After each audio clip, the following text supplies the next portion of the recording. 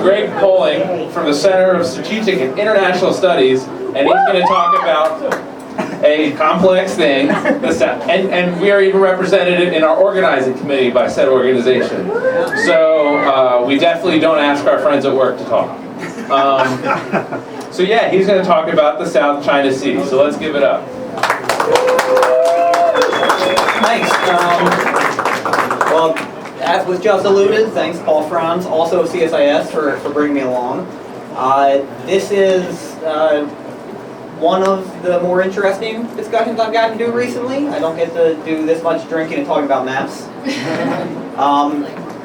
So what I want to, keep it somewhat brief, talk about the unique difficulties that we've run into for a few years with this project I run. I'll talk a little bit about what the project is on the South China Sea, because generally, when it comes to the idea of mapping maritime space, everybody kind of assumes that there's a set of rules, right? We do have, in fact, a set of international rules, but the rules fall apart almost immediately when you actually get into domestic legislation and the way countries actually map things. The problem is the vast majority of the maps, you go onto a Google image search and look for a map of the South China Sea, the East China Sea, the Arctic, you're going to find a very nice, very stylized, very inaccurate map of maritime claims based on a perfect world in which all the countries are actually following the rules. And even if you go to kind of legacy, well-respected oceanographic institutions, Scripps or whatever, you're going to find these maps of what the claims should be that have, at best, a very loose relation to what the claims actually are, where people are actually fishing, where they're actually trying to enforce their laws, etc. Which is understandable, right? If you're trying to tell a story, you want the nice clean lines, you want things to be symmetrical, but they're not. So the project I run, which is called the Asia Maritime Transparency Initiative, is focused on, very specifically, disputed waters in Asia. My background is in Southeast Asia. I spend most of my time working on the South China Sea. We also do a lot of work on the East China Sea, on the Indian Ocean, and on the Pacific Ocean. And a big part of that has been creating these databases of maps, some on maritime claims, some on disputed island features, some on oil and gas blocks.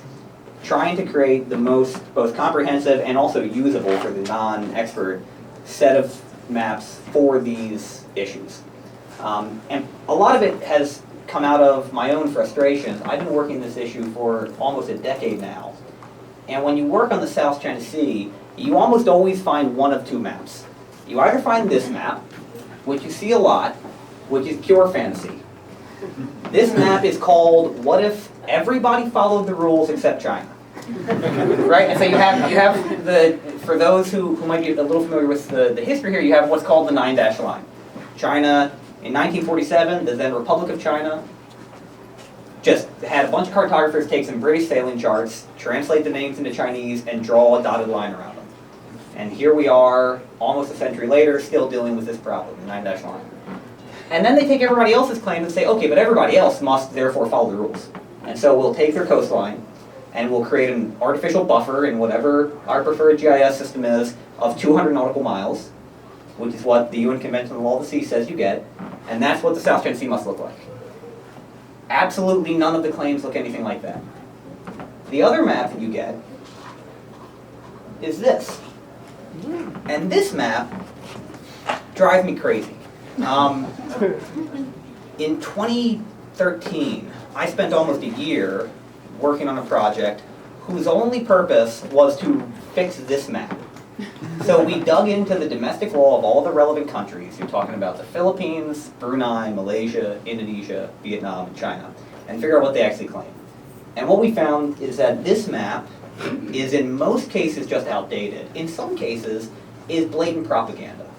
So the Philippine claim, which you can see has that nice 90-degree angle there, this was pulled out of an 1898 treaty that gave the US the Philippines from Spain. It is irrelevant. The Philippines, I promise you, has changed their law since 1898. Has no relation to what the Philippines is claiming. The Malaysian claim is from a 1979 map of their continental shelf. Again, has no relation to the legal claims Malaysia makes. The Brunei claim, this little box, that's the only accurate thing on that map. And the Vietnamese map is just insane. The Vietnamese claim there is from some oil and gas concession maps that Vietnamese companies put out 40 years ago. There is no document anywhere in Vietnam that says that that's Vietnam's claim. You know who really likes this map? China likes this map. Because this map makes it look like everybody's claim is crazy. It makes it look like Vietnam's claim is just as big as China's, when in fact it's not. So cut to, here we are 6 years later. This is what the EEZs actually look like in the South China Sea. Let me fix the vocabulary for those. The exclusive economic zones. This is where everybody has a right to fish. That's what it should look like in a perfect world. This is what it actually looks like. And I apologize that we can't quite get it all the way zoomed in the South China Sea, the frame of the website, but it is messy, as all things are in the real world. It has no relation to either of those maps I showed you. It's not nearly as big as China's. If we were to turn off the 9-dash line, which we had to create a whole separate category for here because it has no relation to maritime law, here's what the actual legal claims would look like, right? So here is what that map was trying to do, right here. This is what they actually look like. Even more problematic is when you see maps like this in the South China Sea, people are using these maps to tell a story. And the story has to be about one thing or another. Is it about, China's claim to the 9-dash line, in which case you want to focus on that? Is it about disputes over oil and gas resources, or fishing, whatever, in which case you want to focus on the EEZs? And in all that cases, generally what you're trying to do is find the most readable way to get that story across. But the more readability you introduce, the more inaccuracies you inevitably introduce. Even if you just want to do this is in and of itself a very inaccurate depiction of the South China Sea. Because maritime claims are not just exclusive economic zones. The exclusive economic zones only cover fishing. If I wanted to show a dispute over oil and gas resources, I'd have to show the continental shelf. The continental shelf does not match the EEZ in almost every single case here. And yet, I bet you've never read an article on the South China Sea, never seen a story in the New York Times that had either of the maps I just showed you. They have some weird amalgamation between the two because that makes it more readable. And of course, over top of all of it, you put the 9-dash line. Now, the only solution we came up with, after years of trying to come up with reports and ways you would show this, is you have to ultimately make it interactive, right? This has to be an online map. Because if it's not an interactive online map, there is no way to make it readable. I have constantly, academics, journalists, we had to work for months with National Geographic on an article they did on illegal fishing in the South China Sea, trying to work with their cartographers on the mapping, because everybody wants a map that shows everybody's claim. And that is physically impossible. Unless you want to give your readers a seizure, you can't be both accurate and readable on something like this. And so those realities are messy, but that's what you have to work with. Now, just real quick on the methodology we use here, which is also distinct. Generally, when people try to do this kind of mapping for the South China Sea, or maritime claims in general, they do one of two things. The easiest route is you take the coastlines, plop it into whatever your preferred GIS program is, and draw a buffer at each stage in the international law, right? 12 miles, you get a territorial sea. 200 miles, you get an EEZ. And that's it. And you don't really pay attention to whether or not the country actually follows those rules. Second, if you really want to go down the rabbit hole, you might go to the United Nations websites and look up what they say their EEZ is, what kind of shelf submissions they've made, on and on and on. But even then, that presumes a much higher degree of both, you assume that everybody's actually following the rules.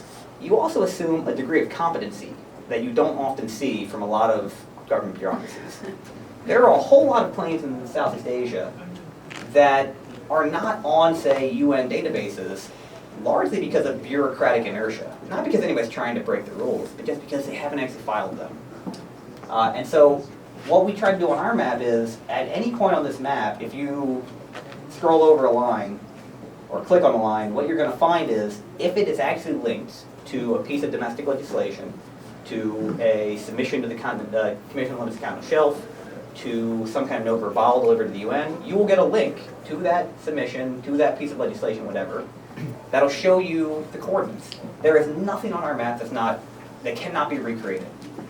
In cases where the country hasn't issued a set of coordinates, you are at least going to find the domestic law, right? So if a country says, for instance, we show one of the more irritating things here, if you can look at the claims of, let me click on the EEZ. The EEZ right here. This part is Malaysia. This part is Indonesia. Indonesia's claim looks a lot like the first map I showed, which was what if everybody played by the rules and drew a median point. Except that's because Indonesia's domestic law says if we have an overlapping maritime claim, we'll use a median line. Malaysia's doesn't say that. And in reality, Malaysian law enforcement goes ahead and assumes that their claim extends 200 nautical miles. And yet I have never encountered another map that does this. I've never seen any other map that actually maps what the Malaysians claim. Because everybody attributes a certain degree of, frankly, good faith that the government of Malaysia does not show. And so this is, kind of a long-winded way of saying, when it comes to at least maritime boundaries, a lot of this is just brute force. You have to dig into an annoying amount of domestic legislation. You have to get beyond the idea that just because there is a set of rules, people actually follow them. And you have to accept that if you're going to build a map that's accurate, that, for instance, can actually accord to where people are drilling for oil and gas, where people are fishing, it is going to be largely illegible in the macro sense. And now what we actually use this for is to tell stories, right? We'll do a report on a fishing incident or an oil and gas incident, where we will pull some part of this map to help explain that. But the idea that we can at one time show everything in the South China Sea, we had to give that up years ago.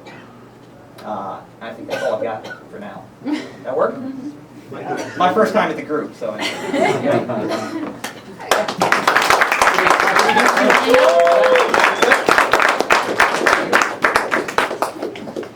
a drink, go ahead. I feel like I'm a stand-up. I get to drink on stage and everything. A colleague of mine recently referred to the name, the South China Sea, as he called it an informational warfare loss.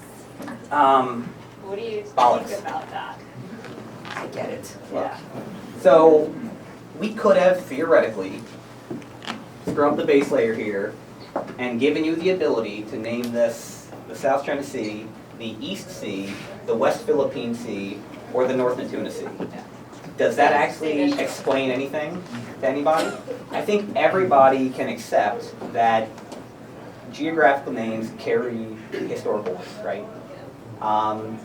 What you'll often see in South Asia is there will be these kind of pie in the sky ideas. Well, why don't we just rename it the Southeast Asian Sea? That way it has nothing to do with China. Does anybody think that because something's called the East, the say Sea of Japan, that Japan owns it all? No. And so the idea that simply by saying the South China Sea means, well, obviously everybody agreed that it was, no, everybody agreed it was south of China. That is geographically accurate. Doesn't mean that it's Chinese. These, pardon my ignorance, but do these bases that China's been building out in the sea, have they affected your work? Yeah, so a lot of what we do, you'll see there's different sections up on the website. Our goal is transparency writ large. So a big part of it is the GIS angle here, right? Helping explain the story. A big part of it's also remote sensing. We do a lot of satellite imagery analysis. We do a lot of vessel tracking, AIS, SPHERE, SAR. And so a lot of what we did early on, from say 2014 to 2016, 2017, was tracking with commercial satellite imagery the buildup of China's islands. And there's a whole section up there called the Island Tracker that's nothing but a compendium of every single island, every single outpost in the South China Sea, not just China's. All 49 different outposts that Vietnam has, every one of China's, with before and afters, so you can see the whole build out. The one thing that's not on that map of claims, which I'll admit, I said you can't get accurate and not be messy. We do cheat in one area, right, which is that I'm not showing any maritime claims from island features in the South China Sea there. And the reason for that is we're not going to guess at claims, right? We know that China's making claims from island features. We could assume that they make massive 200 nautical mile claims, but until they tell us that, we're not going to do the work for them. But clearly, the picture I showed you is actually too simple, because the picture I showed you is only based on the 9-dash line and continental claims. Everybody also is claiming this mishmash of the Paracels and Spratlys, each of which will also generate their own maritime claims. And at that point, it becomes completely unreadable. We do have kind of a lot of what-if scenarios in different reports on our website that think about that, but we're not going to put them on the official database until China gives us some kind of law that tells us exactly what those claims are. I have a question. Yeah. Have you explored using more three-dimensional ways of conveying this information to show the complexity or simplicity of what is going on, especially when it's underwater? Is that So something that would help? actually, we've had discussions before about doing, say, 3D work on individual Chinese islands, right? So you can talk about how much they've been raised and what the new geology looks like. We've never considered one that would involve, say, the bathymetry of the South China Sea. Not that it's not a good idea, it's just that I have a team of 1 and 2 interns, and the interns don't help with the mapping. Speaking about the interactivity of this map, have you gotten any interesting feedback about the links and resources that you provide? So, yeah, I mean, so we get contacted a lot by journalists, by book publishers. We kind of waged a low-level PR campaign against a handful of outlets, especially from 2015 on, where the South China Sea was really on the front page of a lot of the major papers for, you know, kind of that 2-year period. Because they were using one of the 2 maps I showed earlier, right? These maps that are complete fantasy, that imply that everybody is doing it, so China's claim's not so bad. And we would reach out and show them this and say, what do you want to show? EECs? Do you want to show the count of shelves? What? And then send them the original shape files and help their people work with it. So today, if you look at any article in the Wall Street Journal, you're going to see these claim lines. Usually what they'll do is, like, if the article is only about the Philippines, they'll just take the shapefile for our Philippine claim. We did the same with Nat Geo, I mentioned. We tried our best, right, to get out the idea that we understand it's simple to Google image search the South China Sea, but you are misleading readers. And we've had some success. Last question. Go for it. So who is the main user of the website, would you say? Well, 40% of the traffic's from the US. Next up is Philippines, China, Vietnam. From what we can tell on the website, it's mostly policymakers, academics, and journalists, maybe an even split. But at this point, the vast majority of our readership comes from social media. So on any given, you know, the feature section there is kind of our regular interactive reports. We do at least 1 a month. Our readership on that, on a really good feature, might be in the tens of thousands. We'll then translate that in all local languages in Southeast Asia and do Facebook promotions. And we hit about 5 million last year on Facebook and another 5 million on Twitter reach. Largely because we just focus on the images, right? You take a bunch of maps, you translate them, you do some pretty satellite photos, and you get it on social media. So there's 2 different audiences, right? There's the audience reading the reports, and then there's the audience who just wants to look at the imagery. Thank you so much.